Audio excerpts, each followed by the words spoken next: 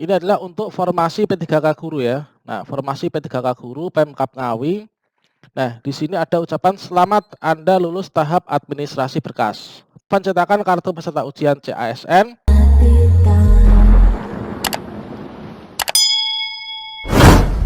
Assalamualaikum warahmatullahi wabarakatuh, sobat-sobat calon guru, selamat datang di channel calon guru.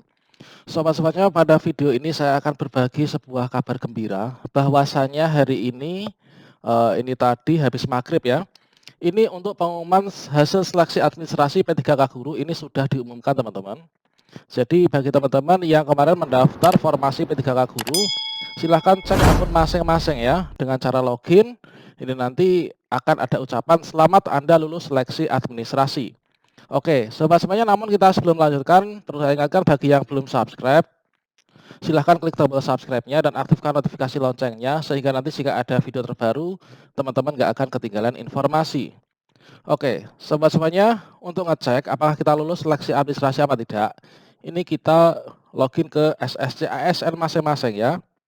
Nah, kita ketikkan sscasn.bkn.go.id, kemudian kita enter. Kemudian setelah sampai sini, maka kita klik di sini ya, login.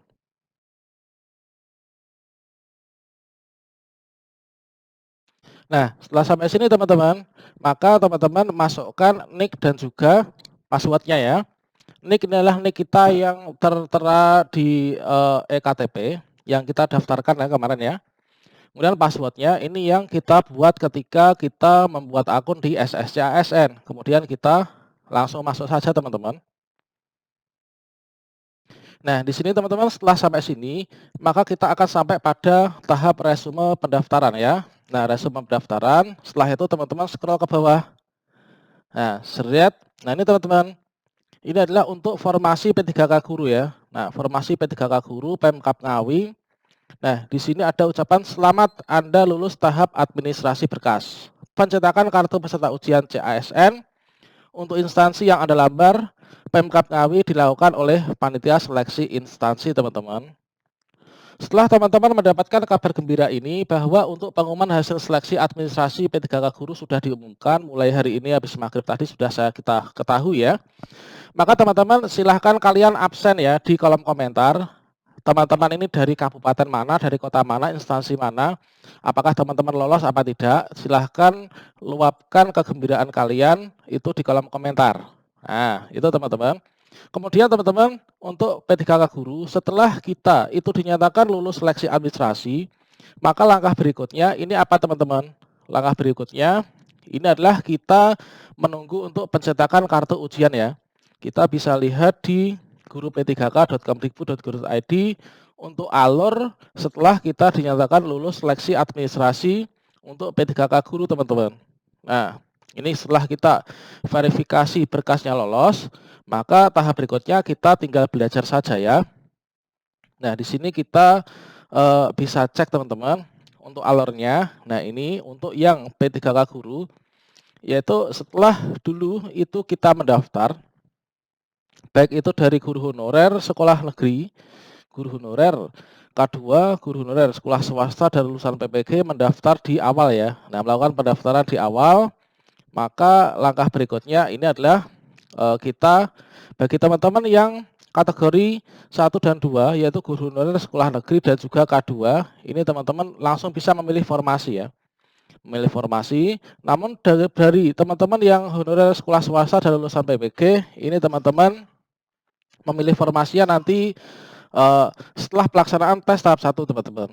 Jadi untuk di sini ini adalah contoh dari kawan kita yang dia ini adalah dari sekolah negeri ya, guru honorer sekolah negeri. Maka di sini kemarin sudah bisa ada formasinya ya. Nah, formasinya ini sudah ada. Bagi yang dari sekolah swasta ini belum ada formasinya. Nanti memilihnya di bagian kedua. Nah, di sini untuk tes tahap 1 ini perlu kita persiapkan yaitu kita harus belajar. Nah, belajar tentang materi apa saja yang akan diujikan di sini teman-teman. Kemudian yang di sini setelah kita dinyatakan lulus seleksi administrasi, maka kita nanti masuk tes kan. Masuk tes untuk yang kelompok 1 dan 2, kemudian untuk yang 3 dan 4 ini adalah nanti ikut tesnya di bagian tes tahap 2. Nah, ini. Kemudian berikutnya terkait apa saja yang harus kita pelajari untuk bisa nanti lolos, teman-teman. Nah, di sini untuk ujian seleksi kompetensi ini dijadwalkan tanggal 23 sampai 29 Agustus. Namun karena kemarin untuk yang P3K Guru itu pengumuman hasil seleksi administrasinya itu diundur ya, ditunda. Kemungkinan juga ditunda dan di sini belum diupdate, teman-teman, untuk nanti tanggal pastinya. Yang jelas di sini untuk mengerjakan tes tahap satunya, maka di sini teman-teman bisa lihat di sini ya, untuk bobot dan durasi soalnya, yaitu di sini harus mengerjakan kompetensi teknis, ini adalah sesuai dengan mata pelajaran masing-masing. Artinya kalau misalkan saya ini adalah guru kelas SD ya, mendaftar P3K Guru, guru kelas SD, maka yang diujikan dari 80 sampai 100 soal, ini nanti yang diujikan adalah yaitu soal-soal pedagogis serta tentang bagaimanakah caranya untuk menjadi guru SD. Kalau misalkan teman-teman mungkin yang guru kimia SMA misalkan ya, maka nanti pedagogis dan juga tentang materi-materi sesuai mapel kimia. Kalau misalkan bahasa Inggris SMP misalkan, itu berarti pedagogik dan juga materi-materi tentang mapel bahasa Inggris yang diujikan di SMP. Jadi disesuaikan dengan ijazah dan juga formasi yang dilamar. Dan yang perlu kita ketahui bahwa untuk kompetensi teknis ini butir soalnya ada 80 sampai 100 soal. Waktunya ini adalah ada 120 menit. Namun kemarin kayaknya ada revisi untuk yang pelaksanaan ujian di masa pandemi ya. Dan di sini bobotnya sangat besar, teman-teman, yaitu 60%.